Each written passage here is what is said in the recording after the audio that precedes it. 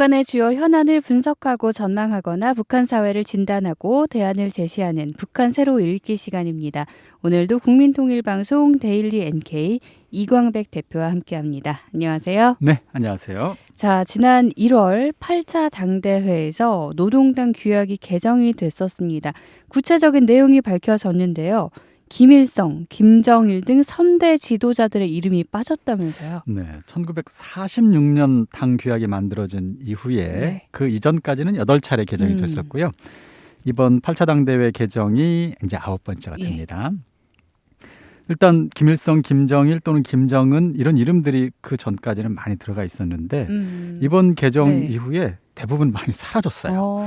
일단 개정 전 규약의 맨 앞쪽에 이런 내용이 있었어요. 김정은 동지는 김일성 동지와 김정일 동지의 당으로 조선노동당을 강화 발전시키고 주체혁명을 최후 승리로 이끄는 당과 인민의 위대한 영도다시다. 이런 내용이 있었는데 이건 아예 빼버렸고요. 그래요? 두 번째, 당의 성격을 규정한 조항에 이제 개정전에는 이런 내용이 있었어요. 당은 김일성 동지 그리고 김정일 동지를 영원히 높이 모시고 경애하는 김정은 동지를 중심으로 이런 내용이 나와 있어요.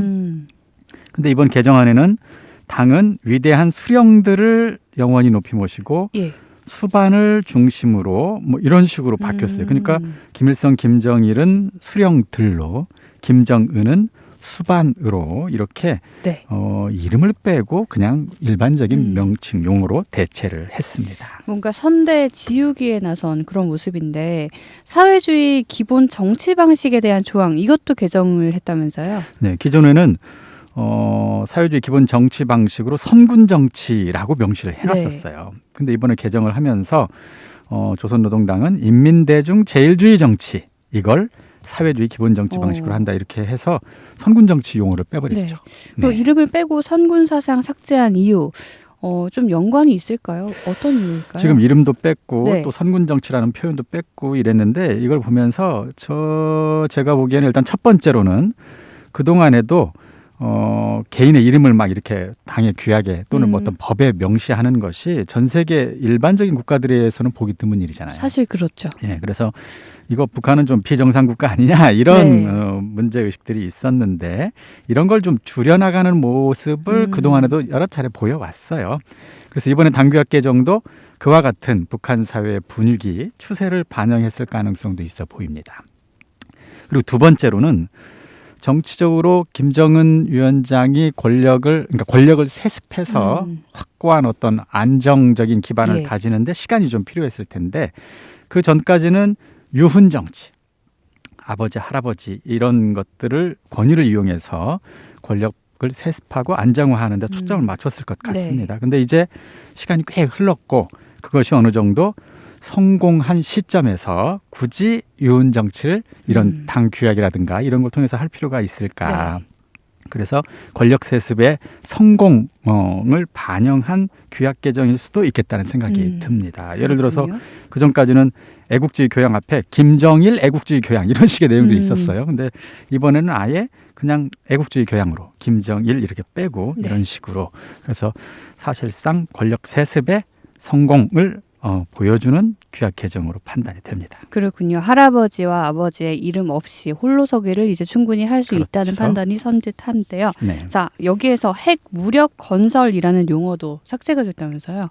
네, 이건 당의 노선 변화를 엿볼 수 있는 내용처럼 보입니다. 개정 전에는 경제 건설과 핵 무력 건설의 병진 노선을 틀어주고 이런 식으로 사회주의 경제강국, 문명국 건설을 다 거쳐나간다. 이게 이제 어떻게 보면 북한의 총노선에 해당되는 개념이라고 볼 수 있는데요. 이번에는 어떻게 바꿨냐면 자력갱생의 기치 밑에 경제건설 다 거치고 사회주의의 완전 승리를 앞당긴다. 그러니까 일단 핵 무력 건설 빠졌습니다. 그러네요. 대신 자립적 국방공업 이런 식으로 들어갔어요. 그리고 경제강국 빠졌습니다. 대신 자력갱생 경제건설 이렇게 들어갔어요. 자력갱생이 들어갔네요. 그리고 병진 노선이라는 표현도 빠졌어요. 그래서 이것은 노선 변화를 반영한 개정으로 판단이 되고요. 사실상 핵경제 병진 노선의 실패를 특히 경제 위기를 인정한 것으로 판단이 됩니다. 그래서 지금은 현실적으로 자력갱생을 통해서 버텨보자 이런 전략을 개정안에 반영한 노선이 아닌가 이렇게 분석이 됩니다. 네, 뭐 여러 가지 변화들이 있었네요. 자, 이 말씀해 주신 거 외에 혹시 눈에 띄는 개정 내용이 더 있을까요? 이번에 내외에서 많은 네. 사람들이 이건 뭐지? 하고 신기해하는 대목이 하나 있습니다. 제1비서 신설입니다. 네. 기존 당규약 26조를 보면 이 26조는 당 중앙위원회 전원회의에서 무엇 하는지를 나열하는 조항인데 그중에 정치국 상무위원을 중앙위원회에서 선거한다. 네. 비서를 선거한다. 정무국을 조직한다. 군사위원회를 조직한다. 막 이런 식의 전원회의의 어떤 권한을 나열한 조항인데 네. 여기에 제1비서를 선거한다가 추가가 된 거예요. 별도로. 예. 그래서 당 비서를 정의한 조항에서도 당 중앙위원회 제1비서는 조선노동당 총비서의 대리인이다. 네. 이 내용이 새로 들어간 겁니다. 이것은 그동안에 없던 내용이 새로 추가됐기 때문에 네. 그 내용과 배경을 두고 지금 관심을 모으고 있습니다. 자, 대리인이라면 이 일비서가 누가 될지 모르겠지만 네. 여기에 좀 권한을 많이 실어준다는 뜻일 텐데 네. 자, 일단 이 제1비서를 신설한 이유가 좀 궁금해지는데요. 일단 네. 이것이 과연 후계자를 위한 조항이냐 이렇게 생각하는 사람들의 경우에는 37세잖아요. 네. 지금 김정은의 나이가. 젊죠. 너무 젊습니다. 근데 지금부터 자기 후계자를 대리인이라고 해서 이렇게 당규하게 명시할 필요가 과연 있을까? 네. 굳이? 이런 이제 의구심이 하나 들고요.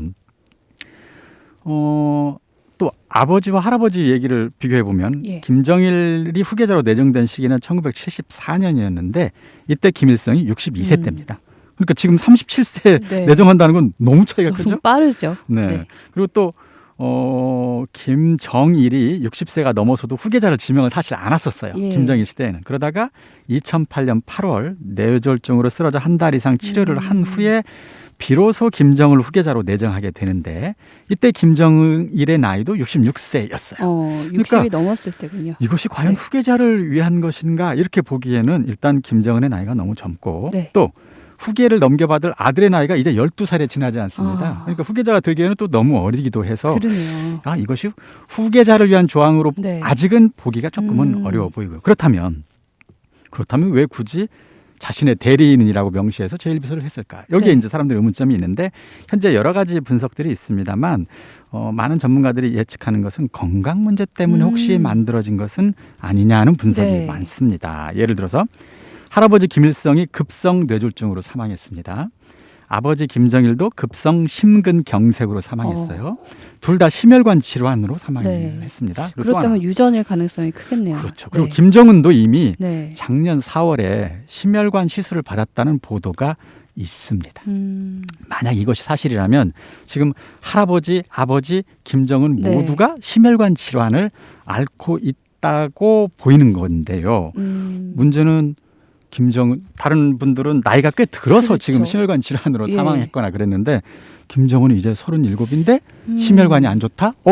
이것은 건강 문제를 그러면 어떻게 네. 할 거냐. 굉장히 그러게요. 중요한 숙제를 안겨줬고 네. 이것이 이번 제1비서를 당규하게 신설한 이유가 아니냐. 이렇게 보는 사람들이 있는 것이죠. 네, 사실 작년 4월쯤에 김정은의 심혈관 시술 소식이 나오면서 그때도 저희 방송에서도 짚어드렸고 굉장히 전 세계가 떠들썩했잖아요. 맞습니다. 아마 보도를 여러 차례 했을 예. 텐데요. 2020년 4월 12일 새벽이었습니다. 저희 취재 결과 당시 3시경 쓰러진 것으로 그렇게 추정이 되고요. 네. 직승 헬기로 향산진료소로 바로 이동을 해서 4시쯤 급하게 시술을 시작했다고 저희 취재 결과 네. 밝혀졌습니다. 그리고 시술 후에는 향산 특각에 머물면서 치료를 하고 있었는데요. 응급수술이었네요. 예, 당시 조선적십자종합병원, 평양의학대병원, 김만유 병원 등등 12명의 의료진이 집단 시술을 했고 요양 중에 김정은의 신상에 대한 여러 추정이 막 나오자 네. 또 이 보도도 있었잖아요. 심혈관 시술 보도까지 그렇죠. 나오자 맞아요. 결국 5월 1일 날 순천 인비료 공장의 준공식의 모습을 드러냈습니다. 근데 재밌는 건 그날 하루 또 딱 모습을 드러내고 네. 그 이후 대략 한 3주 정도 또 모습을 드러내지 않아요. 그래서 이제 이 사실 때문에 김정은이 정말로 심혈관 질환을 앓고 있는 게 아니냐, 건강에 네. 문제가 있는 게 아니냐라고 하는 분석과 추정이 끊이지 않았었죠. 네, 일단 여론을 좀 잠재우고 다시 요양을 한 거 아니냐 뭐 이런 추정도 나왔었는데 사실 북한 체제가 최고 지도자 한 사람에게 모든 권력이 집중되어 있다 보니까 김정은의 건강 문제 매우 중요할 것 같습니다. 그렇다면 자 제1총비서까지 이렇게 신설을 하고 현재 김정은 총비서의 건강 상태 문제 있는 거 아닌가 뭐 그런 생각도 드는데 현재 건강 상태는 좀 괜찮아졌을까요? 일단 뭐 전문가들 뭐 여러 사람들의 분석에 따르면 일단 지나치게 몸무게가 과다하잖아요. 그렇죠. 그래서 심혈관 질환을 비롯한 여러 가지 건강에 심각한 문제가 있을 것이라고 하는 어떤 그런 주장이나 분석은 계속되고 있습니다. 네. 그리고 그럼에도 불구하고 여전히 술과 담배를 조절하지 못한 채 네. 계속 피우거나 마시고 있는 상황도 있고요. 근데 이제 저희는 그런 여러 가지 분석들을 다 말씀드리기는 어려울 것 같고요. 네. 저희들이 취재한 결과를 몇 가지 말씀을 드리겠습니다. 아직 정확하게 확인된 건 아니지만 네. 북한 내부의 몇몇 그 제보에 따르면 작년에 심혈관 시술을 받았다는 보도, 네. 이 취재 결과 그 시술이 처음이 아니라는 제보가 있었습니다. 그러니까 그 그렇군요. 시술이 두 번째였다는 것이죠. 그러면 첫 번째 시술은 언제 있었느냐? 일단 이건 좀 더 확인이 필요하겠습니다만 일단 저희가 받은 제보는 2014년 9월에 평양의 남산병원에서 첫 시술이 있었다는 제보가 있습니다. 당시에 9월 3일 날 모란봉 신작음악회 관람 이후에 김정은이 모습을 감춰섰습니다. 네. 그리고 공개 석상의 모습을 드러낸 것은 41일 만인 10월 14일이었습니다. 더군다나 10월 14일에 모습을 드러냈는데 네. 10월 10일이 당시 당창건 기념일이었는데 그때도 모습을 안 드러내고 41일 만에 목발을 짚고 나타난 적이 있습니다. 그때 이제 세간에서는 발목 수술을 받았다 이런 식으로 이제 추측이 많았지만 저희가 받은 제보는 당시 김정은은 발목 수술이 아니고 심혈관 시술을 받은 것으로 그렇게 제보를 받았습니다. 이 사실이 사실인지는 좀 더 추가로 확인을 해봐야 되겠지만 어쨌든 종합적으로 볼 때 지금 김정은 총비서의 건강 상태는 우리가 생각한 것보다도 더 심각할 가능성이 있어 보이고 이것이 비상시에 자기의 직무를 대행할 새로운 대리인이 필요하고 그것 때문에 당 규약에 이런 내용을 명시한 것이 아니냐 이렇게 추측을 가능하게 합니다. 네, 그렇군요. 아무래도 뭐 집권 초기보다 지금 살도 좀 많이 찐 모습 저희가 언론에서도 볼 수 있고 건강 상태가 그렇게 좋지 않을 가능성에 대한 이야기 나오고 있는데요. 자, 그렇다면 제1비서 이게 누가 될 것인가도 관심이 모아지겠네요. 일단 작년에 심혈관 시술이 막 급하게 나오고 나서 그다음에 다시 이제 복귀를 한 이후에도 김정은이 적극적으로 앞에 나서서 업무를 하진 않았습니다. 6월 달쯤에 김여정이 등장을 하죠. 네. 그래서 김여정을 중앙 당의 제1부부장으로 임명을 하고 국내외 뭐 내부 정치뿐만 아니라 외교까지도 김여정이 앞장서서 일을 처리해 왔었습니다. 그랬었죠. 그리고 저희 취재 결과 사실상 김여정을 2인자로 앉혀서 업무를 처리하게 하고 있다. 이런 보도들이 막 나왔었거든요. 그래서 만약에 제1비서가 김여정이 된다면 김여정을 확실하게 당내 2인자, 최고 지도자의 대리인으로 당 규약에 명시했을 가능성도 물론 있겠죠. 그리고 두 번째 가능성입니다. 만약에 김여정이 아니고 지금 일부 전문가들은 조용원이 될 가능성이 있다. 당의 지금 조직비서를 맡고 있는데 조용원이 될 가능성도 있다는 예상이 있습니다. 그렇게 될 경우에는 조용원이 당내 2인자와 김정은 위원장의 대리인으로 급부상할 가능성도 있습니다. 물론 이때는 논란이 있을 수 있습니다. 왜 조용원인가? 자기 친가에 확실한 김여정이 이미 2인자 활동을 하고 있는데 동생만 못할 텐데요. 사실상 당규약에 명시된 대리인으로서 김여정이 아닌 왜 조용원을 앉힐 것인가? 그렇게 될 경우에는 이제 김여정이 제1비서가 되지 못하는 이유를 두고 여러 가지 분석이 나오겠죠.